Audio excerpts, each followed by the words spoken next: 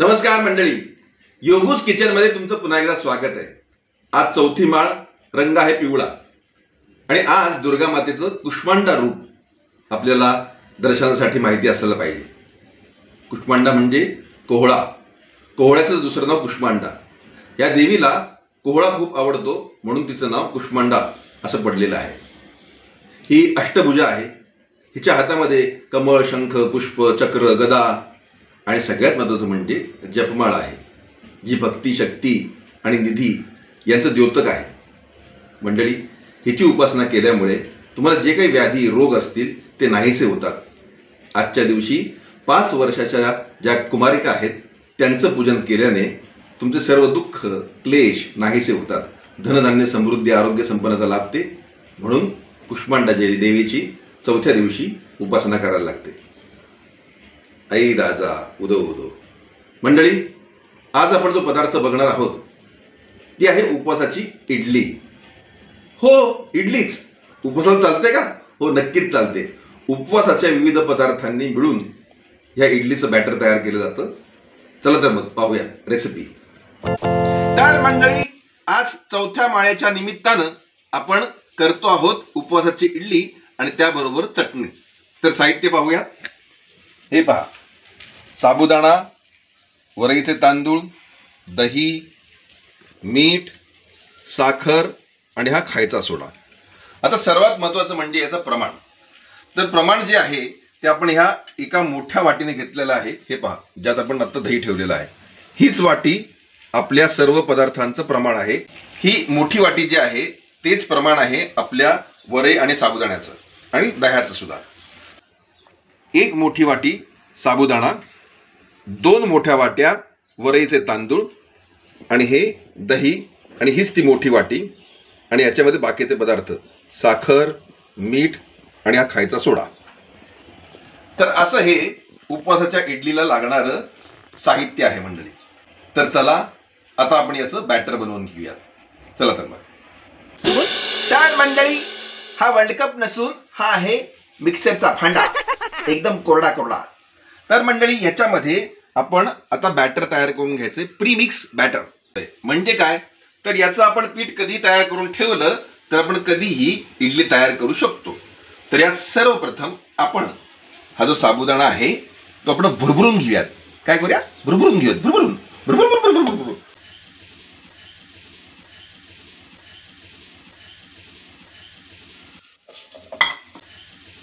Mixer. तर मंडळी, तुम्ही बघू शकता अशा रीतीने आपण साबुदाणा आणि वरईचे तांदूळ हे मिक्सर मधून ग्राइंड करून घेतलेले आहे। प्रीमिक्स जे आहे ते सुक्या कंटेनर मध्ये, स्वच्छ कंटेनर मध्ये, कोरड्या कंटेनर मध्ये आपण भरून ठेवू शकतो आणि कधीही याची इडली बनवू शकतो। तर आता आपण जे करणार आहोत त्याचं आपण बॅटर तयार करून घेऊयात। नो मॅटर, आपण त्याच्यामध्ये आता दही टाकून ते मिक्स करून घेऊयात। चला तर मग। ये देखो, अभी इसमें आएगा ये दही। और किशन भगवान का दही है, इसका ऐसा मिलावट है बबुआ।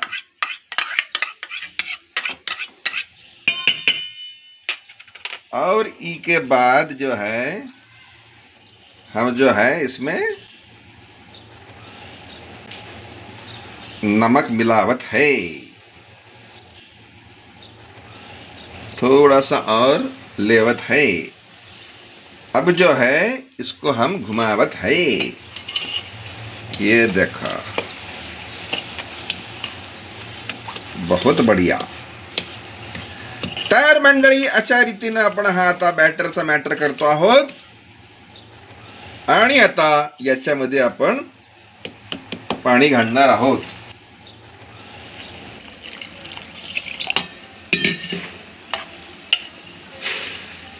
हळूहळू हे पाणी आपण त्यात मुरून द्यायचं आहे मित्रांनो। हे पहा, ते सगळं पाणी सक करून घेते, कारण की साबुदाणा आणि वरई ह्याच्यामध्ये पाणी भरपूर सक केलं जातं, म्हणजे त्यात शोषलं जातं। बॅटर तयार झालेलं आहे। आपण ते छानपैकी असं झाकून ठेवूयात आणि ते 10 मिनिटं रेस्ट करायला ठेवूयात. आणि आता तोपर्यंत आपण आपली चटणी तयार करून घेऊयात. चला तर मग. तर मंडळी आपण चटणीचं साहित्य पाहूयात.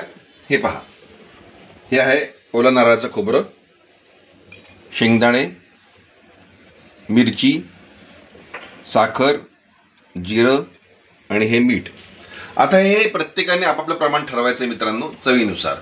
हा साधारणतः मोठ्या नारळाची अर्धी वाटी आहे खोबऱ्यासाठी, आणि बाकी हे तुम्ही प्रमाण पाहिलंच आहे.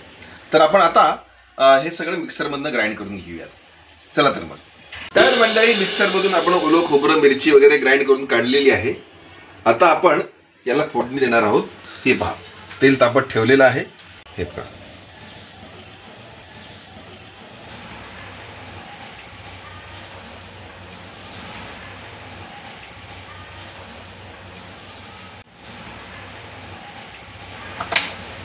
तर मंडळी अशा रीतीनं जिरं फुललेलं आहे.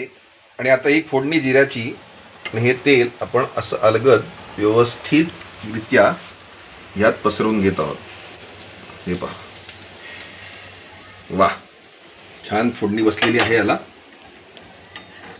आणि आता आपण हे ढवळून घेऊयात स्लोली स्लोली.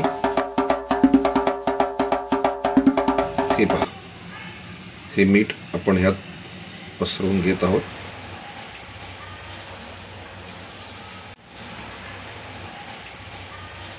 आणि आता ही साखर.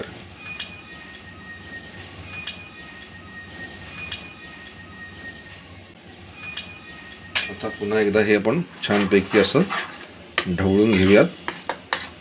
मंडळी आता ही चटणी आपण रेस्ट करण्यास ठेवूयात. आणि आपण आता इडलीच्या बॅटरकडे वळूयात. बॅटरचं मॅटर करूयात. काय समजली? चला तर मग.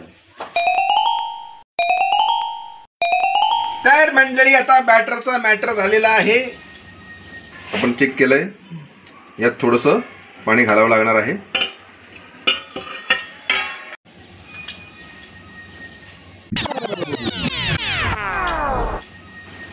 हे बघा मंडळी, ही कन्सिस्टन्सी करेक्ट आहे. आता याच्यामध्ये आपण सोडा टाकूयात, हळवून घेऊयात आणि मग हे आपण इडल्या बनवूयात. आता आपण खायचा सोडा त्यात ॲड करतो आहोत. मंडळी हे बघा, एवढाच चमचा घेऊन आपण हे असे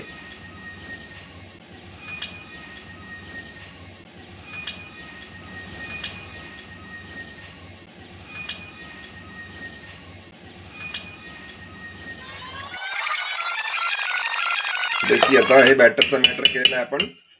आणि आता आपण छानपैकी इडल्या करूयात.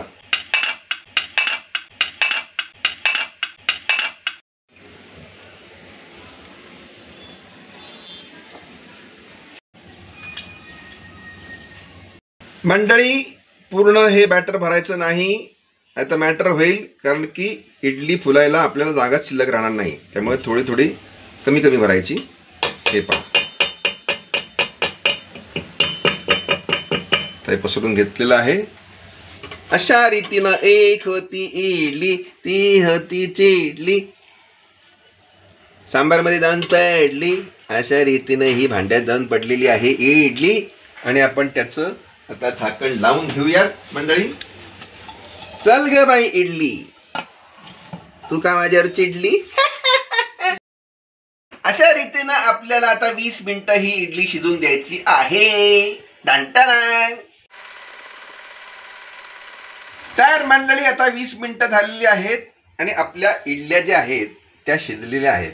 आपण हळवारपणे हे असं ये डाक्की डिक्की डाक्की डिक्की डाक्की डिक्की हे असं हळवारपणे आपण इथे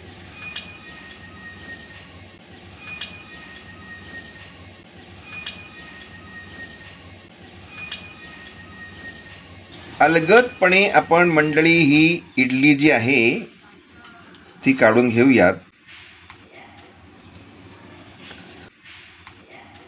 हे पहा,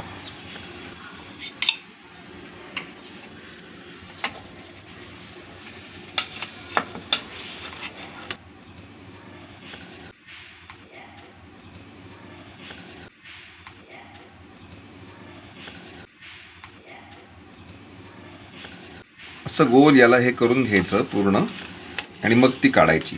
माझ्या ज्ञानात भर पडलेली आहे, तुमच्या पण ज्ञानात भर पडू द्यात. आता माझ्या पोटात भर पडू द्यात. हे पहा, हे अशा रीतीनं अशी उकळून त्याच्यात काढून घेतलेली आहे. तर मंडळी तुम्ही बघू शकता अशा रीतीने आपली उपवासाची इडली तयार झालेली आहे. हे पहा, वाव, किती स्पॉन्जी झालेली आहे. आता आपण टेस्ट करूया.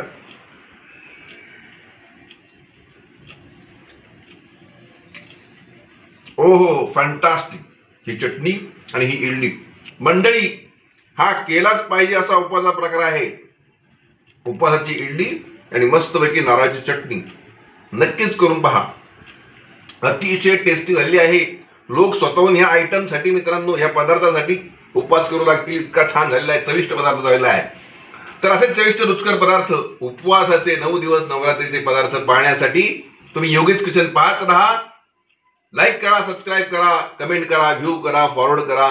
इतरांनाही सांगा तुम्हाला कोणते पदार्थ आमचे खायला आवडतील, बघायला आवडतील, हे कमेंट बॉक्समध्ये सांगा. उपवासाच्या पदार्थांची लिंक आम्ही कमेंट बॉक्समध्ये शेअर करणार आहोत, तीही नक्की पहा. खात राहा, सुखात राहा. योगूज किचन, उपवासाच्या इडल्या आणि चटणी. ओहो, ये बात.